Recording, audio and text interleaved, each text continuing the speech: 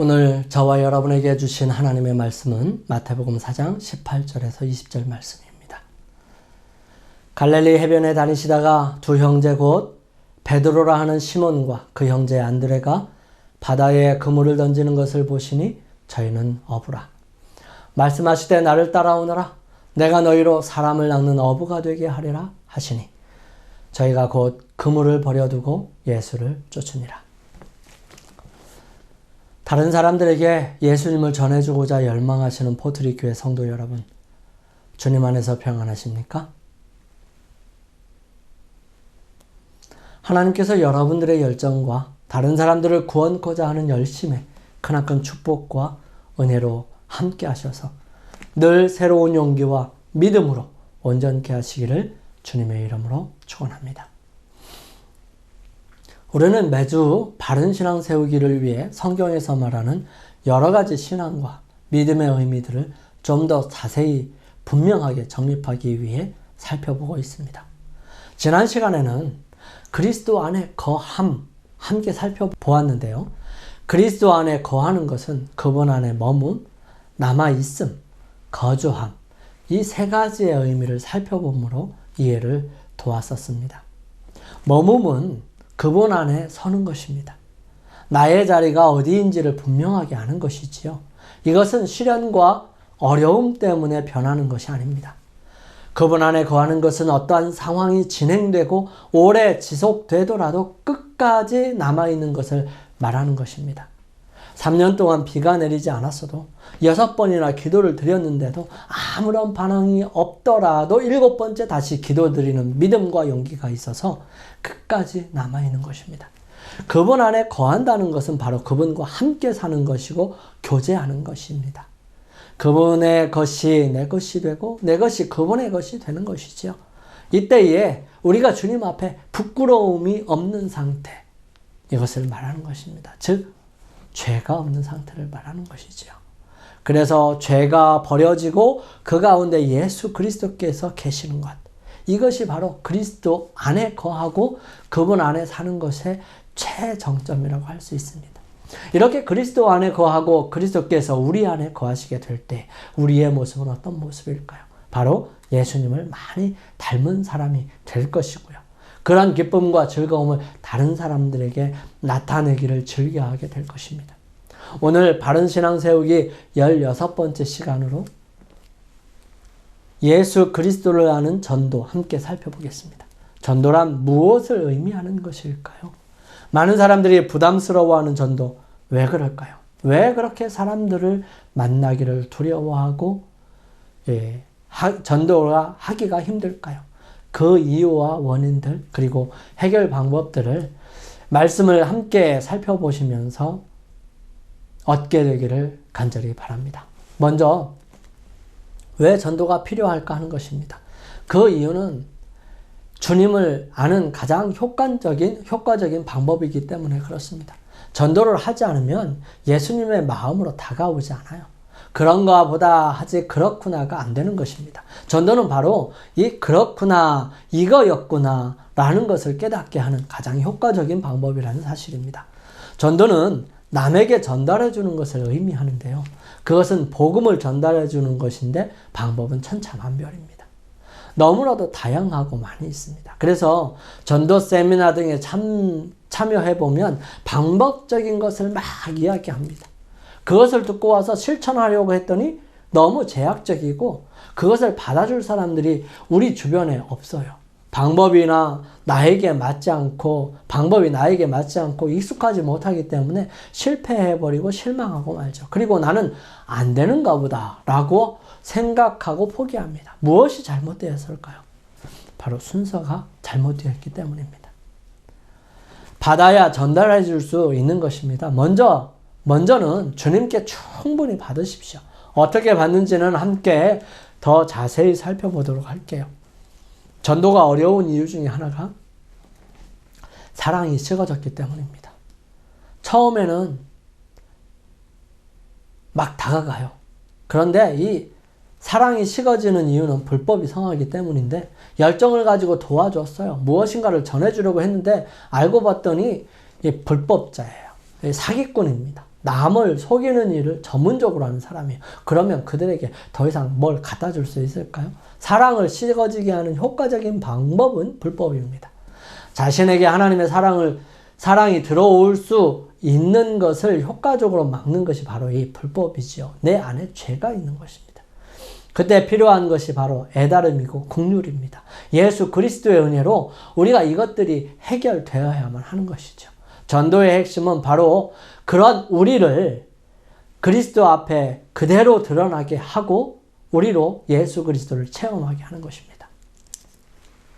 예수께서 침례를 받으시고 광야에서 40일 동안 금식하시면서 기도하시고 난 다음 사단의 시험도 이기시고 드디어 세상에 복음을 전파하기 시작하셨을 때 그분은 그분과 함께할 사람들을 찾으셨습니다. 그분은 말씀하십니다. 나를 따라오너라. 내가 너희로 사람을 낚는 어부가 되게 하리라. 예수님께서는 그들이 가장 이해하기 쉬운 말씀을 하셨던 것입니다. 그들이 어부였기 때문에 그랬죠. 그러므로 그들을 그렇게 부르셨던 것입니다. 다른 예로 나다니엘이 빌립에 의해서 왔을 때 주님께서는 그에게 참 이스라엘 사람이다. 속에 간사한 것이 없다 말씀하십니다. 예수님의 여러 가지 방법들 속에서도 특별히 제자가 되고자 했던 베드로와 안드레에게 말씀하신 부분이 바로 사람을 낚는 어부가 되게 하시겠다는 것입니다. 그래서 첫 번째로 전도는 받은 것을 전해주는 것입니다. 자연스럽게 흘러가야 하는 것이지요. 말씀하시되 나를 따라오너라. 내가 너희로 사람을 낚는 어부가 되게 하리라 하시니 저희가 곧 그물을 버려두고 예수를 쫓으니라. 예수께서는 그들에게 말씀하십니다. 내가 너희로 가르쳐 주겠다는 것입니다. 예수님께서는 당신이 가지고 계신 하늘의 기별들을 전해 주기를 원하셨습니다. 그분은 하늘에서 오셨기 때문에 하늘의 일들을 말하실 수 있으셨습니다. 세상에서 모든 사람들에게 구원을 얻게 하실 분, 바로 당신을 소개하고 당신을 통해서 이루어질 놀라운 구원의 경륜들을 아주 가까이서 가르쳐 주시고자 하셨던 것이죠. 우리는 배운 것을 남에게 가르칠 수 있습니다. 경험한 것을 나타낼 수 있지요. 가르칠 수 있는 것이죠. 나타낼 수 있고 가르칠 수 있는 것입니다. 즉 하늘에서 오는 것을 나를 통하여 다른 사람들에게 전달해 주는 것, 이것이 바로 전도인 것입니다. 가나안 땅은 그야말로 하나님께서 실물경으로 지정하신 놀라운 곳이 맞습니다. 비록 척박하고 광야 같은 곳도 많이 있지만 물이 풍부하고 젖과 꿀이 흐르는 아름다운 땅이기도 합니다. 그곳은 1년 사시사철 물이 마르지 아니하는 곳입니다. 그 이유가 이스라엘이 살고 있던 가나안 땅, 즉 팔레스틴 땅은 헤르몬산이라고 하는 북쪽의 아주 큰 산에서 눈이 녹아내려서 골짜기로 모아져 가지고 그것이 땅속으로 들어갔다가 텔단이라고 하는 곳에서 물이 솟아오릅니다. 이 물이 갈릴리 호수로 들어가고 갈릴리 호수는 받은 만큼 요단강을 통해서 사해로 흘려보냅니다.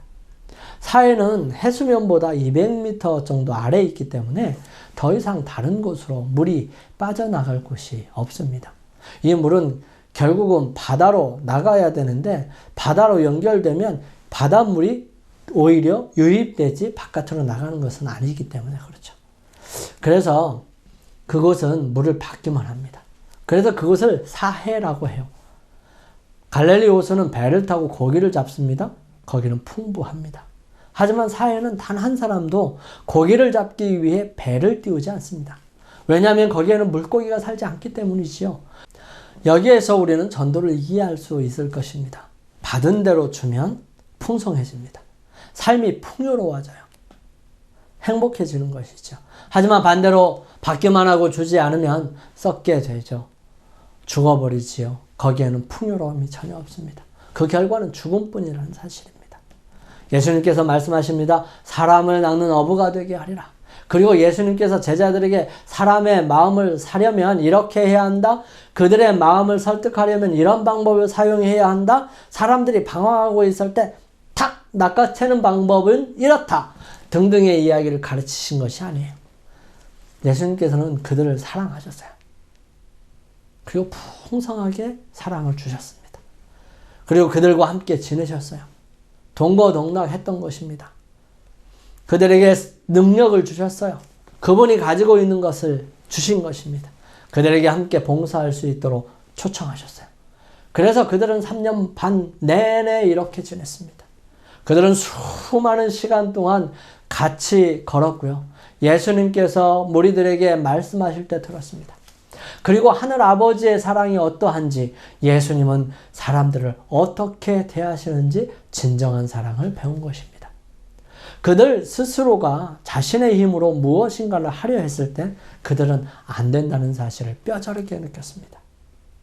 한 번은 예수님께서 변호산에 올라가셨을 때 나머지 9명의 제자들은 예수님께서 3명의 제자들과 내려오실 때까지 그들은 기다리고 있었는데요.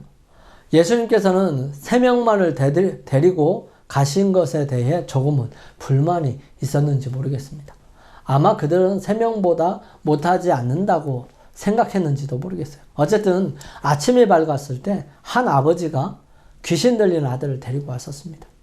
그들에게 주님께서 능력을 주셨으므로 그들은 귀신도 쫓아내고 능력도 행할 수 있도록 하셨습니다. 그러나 그날 아침 아무도 그 아이에게 붙어있는 귀신을 쫓아내지 못했어요. 그들은 이렇게도 해보고 저렇게도 해보고 또 이 제자가 한번 시도해보고 저 제자가 시도해보았는데도 아무도 할 수가 없었습니다. 왜 못했을까요? 예수님께서는 제자들이 할 수 없었던 그 일을 하시고 아이를 낫게 하고 아버지와 함께 돌려보냅니다. 9 제자들이 이제 아직도 저들이 실패한 쓰라린 사실에 대해서 곰곰하게 생각하고 있었어요. 그래야 예수님께 다시 한번 그들하고만 계셨을 때에 그들이 묻습니다. 우리는 어찌해서 능히 그 귀신을 쫓아내지 못하였나이까? 예수님께서 그들에게 이렇게 대답하십니다. 너희 믿음이 적은 영혼이라. 진실로 너희에게 이르노니 너희가 만일 믿음이 한 겨자씨만큼만 있으면 이 산을 명하여 여기에서 저기로 옮기라 하여도 옮길 것이요 또 너희가 못할 것이 없으리라. 기도 외에 다른 것으로는 이런 유가 나갈 수 없느니라. 그리스도에게 예수님께서 그의 마음속에 더욱 깊은 동정을 하지 못하게 한 저희의 불신과 저들에게 맡겨진 성업을 소홀히 여긴 부주의가 이 흑암의 권세와의 쟁투에서 저들을 실패하게 하였던 것이죠. 예수님께서 그걸 원하시지 않으셨어요. 그런데도 불구하고 그들 스스로가 그렇게 했기 때문에 그 일들을 할 수가 없었던 것입니다. 자신의 죽음을 가리킨 그리스도의 말씀은 슬픔과 의혹을 일으켰어요. 그들에게. 그리고 예수님께서 새 제자를 선택해서 산으로 올라 동행하신 것은 이 9 제자의 마음속에 시기심을 일으켰던 것입니다.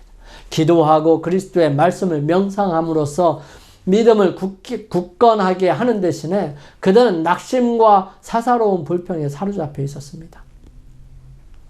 이와 같이 어두운 상태에서 그들은 사단과의 전쟁에 들어갔죠. 쟁투에 들어갔던 것입니다. 이와 같은 투쟁에서 승리하기 위해서 그들은 다른 정신으로 그 일을 대해야 했습니다. 그들의 믿음은 열렬한 기도와 금식과 그리고 마음의 겸비로 힘을 얻었어야 했습니다.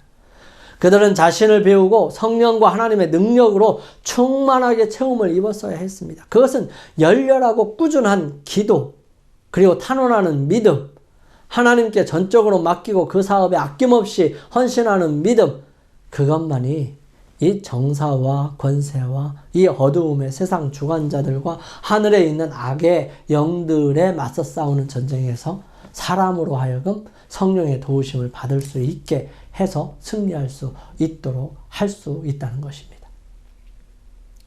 여러분, 이런 경험이 없고 받은 것이 없으면 나누어 줄 것이 없습니다. 한 번은 어르신들을 모시고 함께 노인의 날 행사를 참여했었던 때였습니다. 제가 국장이었기 때문에 저희의 팀원들은 제가 챙겨야 했습니다. 그런데 제가 마지막 회의가 안식일에 있어서 참여하지 못하였으므로 주최 측에서 어르신들에게 드릴 도시락을 받아와야 했는데요. 그것을 저는 알지 못하고 있었죠. 그때 점심때가 다 되도록 저는 그것을 모르고 있었고 점심때가 될수록 초조해지기 시작했습니다. 그래서 행사를 주최하는 책임자와 전화를 시도하는데 전화가 잘 되지 않는 것입니다. 답답해서 발만 동동 구르고 있는데 그것을 알고 있었던 부장님께서 그것을 챙겨가지고 오신 것이었습니다. 그래서 어르신들이 식사를 하실 수 있게 된 것입니다. 많은 사람들이 제게도 점심 도시락에 대해 물었을 때 저는 받은 것도 아는 것도 없었기 때문에 줄 수가 없었어요. 우리는 받은 것만 줄 수 있습니다. 우리는 가지고 있지 않은 것을 줄 수가 없어요. 사랑하는 성도 여러분, 우리의 삶 속에 그런 사람이 되기를 간절히 소망하고 그분께 나아갈 수 있게 되기를 간절히 소망합니다. 이 전도의 왕이었던 이 바울은 전도를 무엇이라고 표현해 놓았을까요? 그 진정한 의미가 무엇인지 함께 살펴보겠습니다. 하나님의 지혜에 있어서는 이 세상이 자기 지혜로 하나님을 알지 못하는 거로 하나님께서 전도에 미련한 것으로 믿는 자들을 구원하시기를 기뻐하셨도다. 왜 바울은 미련한 것이라고 표현해 놓았을까요? 여기에서 미련한 것이라고 사용된 단어는 모리아라고 하는 헬라어인데요. 모로스에서 왔습니다. 이 모로스는 우둔한, 어리석은, 둔감함에서 온 것인데 어리석은이라는 뜻입니다. 이 단어는 오직 사도 바울이 고린도 전서에서만 5번 사용합니다. 이 말씀을 온전히 이해하려면 사도 바울이 왜 이 단어를 썼는지를 알아보아야 할 필요성이 있어요. 고린도전서 1장 18절은 십자가의 도가 멸망하는 자들에게는 미련한 것이요 구원을 얻는 우리에게는 하나님의 능력이라. 고린도전서 1장 23절은 우리는 십자가에 못 박힌 그리스도를 전하니 유대인에게는 거리끼는 것이요 이방인에게는 미련한 것이로되. 고린도전서 2장 14절은 육에 속한 사람은 하나님의 성령의 일을 받지 아니하나니 저희에게는 미련하게 보임이요 또 깨닫지도 못하나니 이런 일은 영적으로라야 분변함이니라. 여기에서 어리석다라는 표현을 전도에서만 사용하는 것이 아니라 십자가의 도, 그 다음에 십자가에 못 박힌 그리스도를 전하는 것, 신령한 일, 이 모두를 어리석다는 표현을 쓴 것입니다. 그런데 이렇게 표현을 사용하는데 그 표현을 사용하는 주체가 바울이 아니라 멸망하는 자들, 유대인과 이방인들, 육에 속한 사람들인 것입니다. 이들은 도저히 알지 못하는 것이지요. 손해보는 일입니다. 어리석은 일처럼 보여요. 이득이 별로 되지 않은 일 같아요. 하지만 가만히 있을 수가 없습니다. 도저히 가만히 있을 수가 없게 되죠. 엘리사 시대 때 아람 군대가 이스라엘 백성들이 있는 사마리아 성을 뺑 둘러싸고 있었습니다. 아람 사람이 사마리아를 애워싸므로 성중이 크게 줄여서 나귀 머리 하나에 은 80세겔이요 하푼때 4분의 1갑에 은 5세겔이라. 여러분, 이 하푼테는 잘 모르시겠죠? 비둘기 똥입니다. 이 비둘기 똥가루 4분의 1갑, 약 300g이 은 5세겔이라는 것입니다. 이렇게 어려운 중에 있었어요. 그런데 열왕기하 7장에는 아주 특별한 일들이 일어납니다. 엘리사가 예언하지요. 엘리사가 가로되 여호와의 말씀을 들을지어다. 여호와께서 가라사대 내일 이맘때에 사마리아 성문에 고운 가루 한 스하에 한 세겔을 하고 보리 2스하에 한 세겔을 하리라 하셨느니라. 여기에 나오는 한 스하는 7.3리터 정도 됩니다. 이 한 스하의 고운 가루는 한 세겔, 그리고 보리 2스하는 한 세겔, 이렇게 나오는 것입니다. 이 비둘기똥 4분의 1갑이 24배 정도 되죠. 가격은 5분의 1 가격. 그래서 실제적으로 분량으로 따지면 121배가 되는 것입니다. 여러분, 이러한 일들이 어떻게 일어날 수 있을까요? 이렇게 말하니까 옆에 있던 왕이 가장 신임했던 왕이 이 장관이 말합니다. 하늘을 여는 듯 그런 일이 있겠느냐. 이때 이 엘리사는 그 사람을 바라보면서 당신이 눈으로는 볼 수 있으되 먹지는 못할 것입니다. 이 일을 예언한 저녁에 이 성문 앞에서 문둥이들이 서로 말합니다. 우리는 문둥이니 이래 주거나 저래 주거나 매 한 가지 아니야. 그러니까 한번 가보는 게 혹시 먹을 것을 좀 주면 얻어 먹고 죽이면 죽는 거지 하면서 가는 것이죠. 그런데 왠가 아무도 없는 것입니다. 얼마나 다급하게 도망을 쳤는지 길가에는 그들이 도망가는 길을 따라서 미처 다 가지고 가지 못하고 흘려진 것들이 있었어요. 그래서 그들은 이곳저곳을 기울이다가 먹을 것이 있는 그곳에 실컷 먹고 거기에서 진귀한 것들이 있으니까 그것을 가지고 가서 감추어 두었어요. 그리고 다른 진으로 갑니다. 그것도 마찬가지였어요. 이런 여러 가지 일들을 하다가 문둥이들이 서로 말합니다. 문둥이가 서로 말하되 우리의 소유가 선치 못하도다. 오늘날은 아름다운 소식이 있는 날이오늘 우리가 잠잠하고 있도다. 만일 밝은 아침까지 기다리면 벌이 우리에게 미칠지니 이제 떠나 왕궁에 가서 구하자 하고. 이들은 가만히 있을 수가 없었습니다. 그래서 그 소식을 왕궁에 전하기 위해 소리칩니다. 성문지기에게 말하죠. 바깥에서 얘기해야 되기 때문에 큰 소리로 말할 수밖에 없습니다. 그리고 성문지기는 다른 문지기들에게 전하죠. 이 문지기들은 왕궁에 있는 사람에게 말합니다. 소문은 삽시간에 퍼집니다. 배가 고파 잠이 오지 않는 사람들은 그날 그 소식을 듣고 도저히 잠을 잘 수가 없지요. 이제 사람들이 성문에 모여들기 시작합니다. 그리고 얼마나 열악한지 성 안에는 오직 말이 5필 뿐이었어요. 그 말을 타고 정탐하게 하죠. 모르겠어요. 이때의 사람들이 나왔었는지는 모르겠지만 그 성문을 단단하게 지키고 있었기 때문에 그들은 나올 수가 없었죠. 아마도 아직 성 밖에 있던 문둥이들은 먹을 것, 진귀한 것 하나씩 챙겨서 감추기에 바빴습니다. 그리고 그날 저녁 성문을 그 장관에게 지키라고 명하였는데 그는 통제할 수 없는 백성들에 의해 밟혀 죽게 됩니다. 정말 그 다음날 고운 가루와 보리의 가격은 엘리사가 말한 대로였습니다. 문둥이들처럼 무엇인가를 알면 가만히 있을 수가 없습니다. 죽어간다는 사실을 알면 가만히 있을 수가 없습니다. 여러분, 왜 암에 걸린 사람이 그렇게 많이 죽는 줄 아십니까? 아마도 암으로 죽은 사람들 중에 암이 아님에도 불구하고 암이라고 잘못 진단되어 죽은 사람들도 있을 것입니다. 그의 마음이 어떻게 믿느냐에 달려있다는 것입니다. 암이라는 단어를 들었을 때에 이제 나는 죽었구나 하는 생각으로 모든 것을 비관하고 절망해버린 사람들은 빨리 죽습니다. 하지만 그것을 극복하기 위해 일어선 사람들은 살지요. 그만큼 소식을 들은 사람들의 마음이 중요한 것입니다. 문둥이들은 실제로 경험했어요. 그렇기 때문에 가만히 있을 수가 없었습니다. 반드시 알려주어야 했죠. 왜냐하면 성 안에 있는 사람들은 사람도 잡아먹고 있었거든요. 얼마나 안타까운 현실입니까? 그들이 이 현실을 벗어날 수 있는 가장 좋은 방법, 빨리 와서 이렇게 많은 풍부한 음식을 가져다가 함께 나누는 것이었습니다. 예레미야가 말합니다. 내가 다시는 여호와를 선포하지 아니하며 그 이름으로 말하지 아니하리라 하면 나의 중심이 불 붙는 것 같아서 골수에 사무치니 답답하여 견딜 수 없나이다. 이스라엘 백성들의 멸망을 예언하는 예레미야 선지자는 하나님께로부터 기별을 들었습니다. 이제 멸망할 것이라고.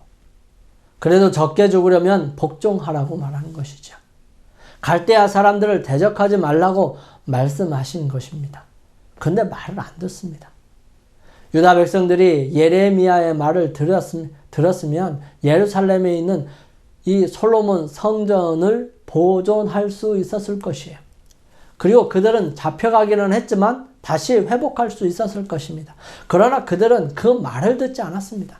끝까지 자기 고집이었죠. 그래서 하나님께로부터 온 기별을 전하면 왕과 그 고관들은 매국노라고 간첩이라고 말하면서 모질게 대하고 힘들게 하였던 것입니다. 그래서 그는 그만두고 싶었어요.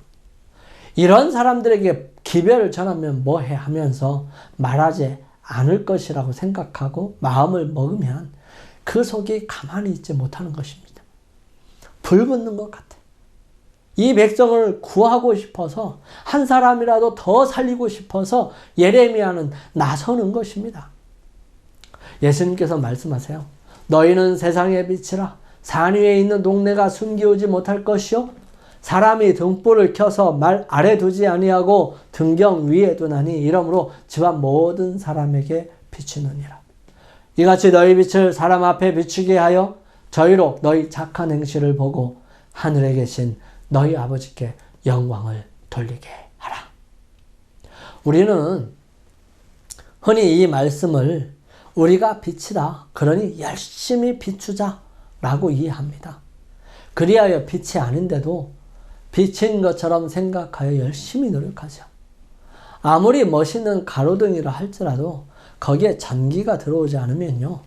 그 가로등은 빛을 내지 못합니다. 아무리 노력해도 전기가 공급되지 않으면 아무런 소용이 없어요.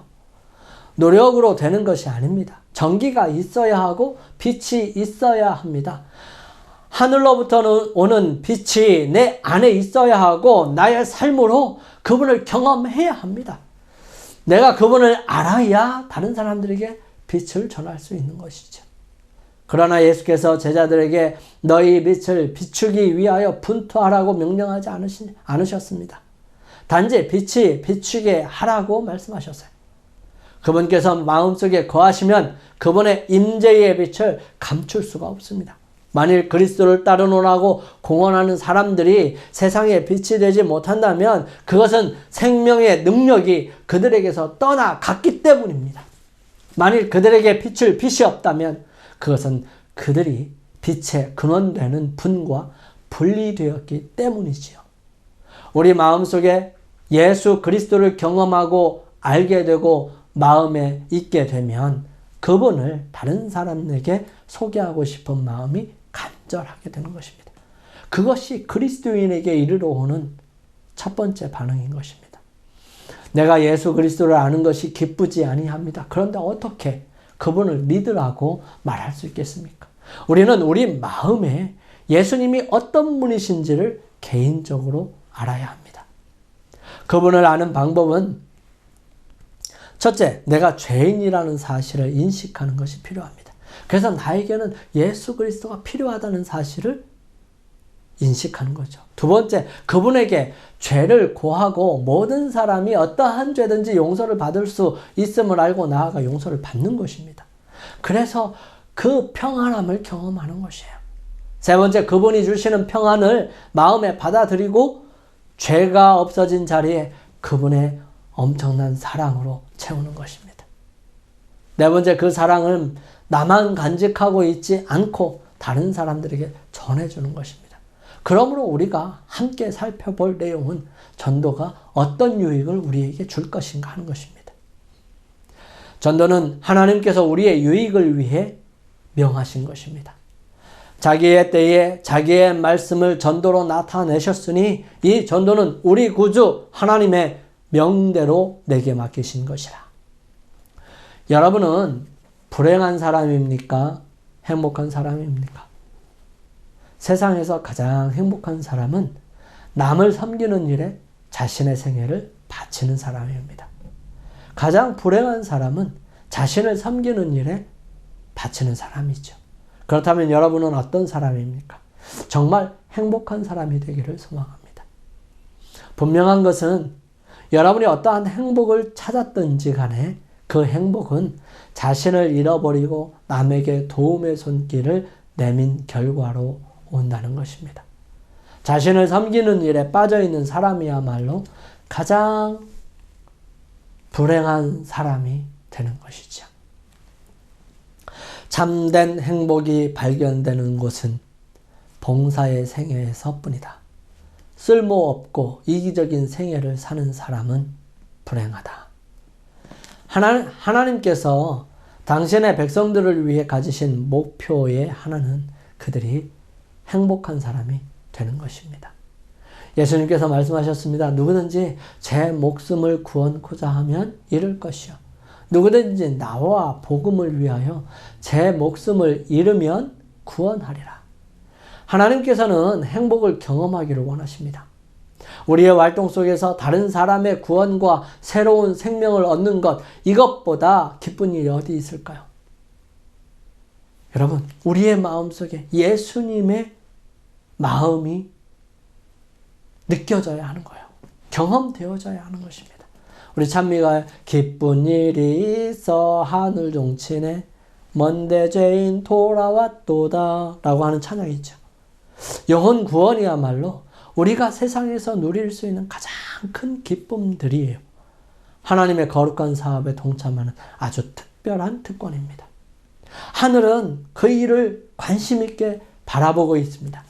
이 전도는 사람들이 하는 것보다 천사들이나 하나님께서 더욱 탁월하십니다. 하지만 우리 사람들에게 맡겨놓으신 이유가 무엇일까요? 그것은 바로 아브라함에게 이삭을 바치라고 하신 이유와 마찬가지입니다.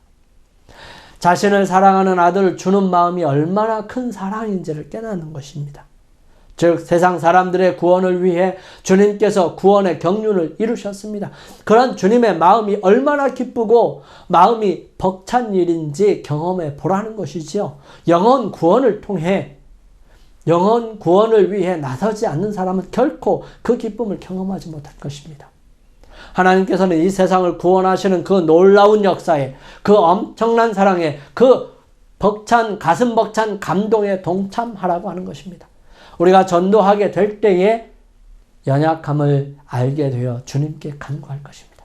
우리가 다른 사람들에게 복음을 전하려 할 때 얼마나 나의 지식이 부족한지를 알고 말이 얼마나 어눌한지, 얼마나 마음을 움직이는 것이 어려운지를 알게 될 것입니다. 그래서 더욱 무릎 꿇고 분명하게 이해하기 위해 말씀으로 나아가게 될 것입니다. 사랑하는 성도 여러분, 우리가 다른 사람들을 사랑하려 할 때 얼마나 내가 이기적인지를 알게 될 것이기에 온전한 사랑이신 하나님의 임재를 갈망하게 될 것입니다. 우리가 다른 사람들을 위해 봉사하려 할 때에 나는 얼마나 행복하고 가진 것이 많으며 그래도 감사한 일이 많은지를 알게 될 것이고요. 그 귀한 마음이 가슴 깊이 박혀 잊혀지지 않아 행복하게 될 것입니다. 그러므로 여러분, 우리 전도를 위하여 움직이십시다. 우리 앞으로 나아갈 수 있게 되기를 간절히 바랍니다. 움직여야 삽니다. 사람이 나이가 들면서 왜 몸이 쇠약해질까요? 이 움직이지 않아서입니다. 나이가 들면서도 계속해서 움직이면 그는 젊음을 유지하고 근육과 몸이 유지됩니다. 하지만 움직이지 않고 가만히 있으면 점점 근육이 없어지고요. 그나마도 움직이던 것도 움직이지 못하게 되는 것입니다. 우리는 선택해야 합니다. 움직이지 않으면 움직이지 않고 그나마도 못 쓰게 될지, 아니면 움직여서 행복을 경험하게 될지 말이죠. 힘이라는 것은 활동함으로 생기는 것이니 활동이야말로 생명의 필수 조건이다. 은혜로서 주는 복을 받음으로만 그리스도인이 생명을 유지하려고 노력하고 그리스도를 위하여 아무것도 하지 않는 자들은 마치 일하지 아니하고 먹고 살려는 자와 같다. 이것은 육체의 것에 있어서만 아니라 영적인 면에 있어서도 언제나 퇴화와 쇠퇴를 일으키는 것이다. 자기의 수족을 쓰기를 거절하는 사람은 오래지 아니하여 그 수족을 쓸 힘을 잃어버릴 것이다. 이와 같이 하나님이 주신 능력을 쓰지 아니하는 그리스도인은 그리스도에게 이르기까지 잘하지 못할 뿐만 아니라 그가 이미 가졌던 능력까지 잃어버릴 것이다. 사랑하는 성도 여러분, 우리 전도에 대해서 함께 살펴보았습니다. 전도는 하나님께 받은 것을 전해주는 것입니다.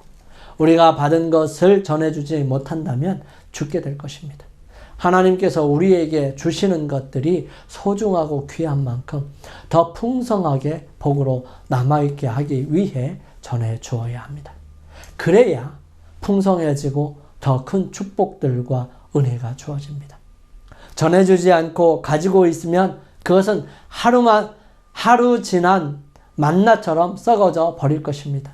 전도는 세상 사람들에게 미련하게 보일 모습이지만 그것은 우리에게 그리스도의 마음을 품을 수 있는 놀라운 기회가 되는 것이고요. 우리의 마음에 간직된 소식과 빛은 전해져야 하는 것입니다. 자신만을 위해 사용하게 되면 그것은 변질되어 썩어서 냄새가 나는 것이 됩니다. 우리 안에 들어온 복음과 예수 그리스도는 우리의 마음을 가만히 있지 못하게 합니다. 역동성이 있어서 전해 주어야 하는 것이죠. 나누어 주어야 해요. 만약 그것을 막고 오직 자신만을 위해 간직한다면 썩어져서 자신에게도 해가 되는 것입니다. 전도는 우리의 유익을 위해 하나님께서 정하신 방법입니다. 그리스도의 마음을 이해할 수 있도록 하기 위해 더 나아가 그 기쁨과 엄청난 감동의 특권이라는 사실입니다. 이것을 통해 예수 그리스도를 더 온전하게 배우는 것이죠. 그러므로 전도는 자연스러운 것입니다. 예수 그리스도의 구속의 경륜에 함께 동참하는 것으로 주님을 더욱 깊이 아는 특권이라는 사실입니다. 오늘 우리가 전도하기 위해 주님께 나아가 내가 주님의 기별을 전하는 사람이 되겠노라고 결심하고 고백하여 주님께 드리기 위해 머리를 숙이시겠습니다. 주님, 연약한 존재입니다. 부족한 존재입니다. 하지만 그럼에도 불러주시고 함께 참여할 수 있도록 부르심에 감사를 드립니다. 연약하고 부족하지만 주님 앞에 드립니다. 이제 저를 사용하셔서 주님의 거룩한 사업에 써 주소서. 제가 가겠나이다. 저희들을 사랑하시는 아버지 하나님, 오늘 저희들 전도에 대해서 함께 살펴보았습니다. 전도는 저희들이 행복한 삶을 살게 하기 위하여 주님께서 마련하신 것이라는 사실을 보게 되었습니다. 오 아버지 하나님, 전도가 어려운 것은 저희들이 가진 빚이 없기 때문이고, 전도가 힘든 것은 불법이 성하기 때문임을 깨닫게 되었습니다. 주님, 그 모든 것을 극복할 수 있도록 저희들에게 주님의 거룩한 사랑을 함께 하여 주시고 역사하여 주셔서 그 일들을 이루어 주옵소서. 저희들에게 재물을 얻을 수 있는 힘과 능력을 허락하여 주셨습니다. 이 재물 중에 열의 하나를 구별하고 각종 헌금을 주님께 드렸사오니 주님, 헌금이 쓰여지는 곳곳마다 주의 나라가 확장되고 드려진 손길마다 주님께서 축복하여 주시옵소서. 이제는 주님께서 마련하신 전도의 일을 하기로 결심한 주의 사랑하는 자녀들에게 아버지의 한없는 사랑과 예수 그리스도의 은혜와 성령의 감동하심이 이제로부터 주님 오시는 그날까지 가정과 일터와 삶에 함께 하옵시기를 예수님의 성으로 축원하옵나이다. 아멘.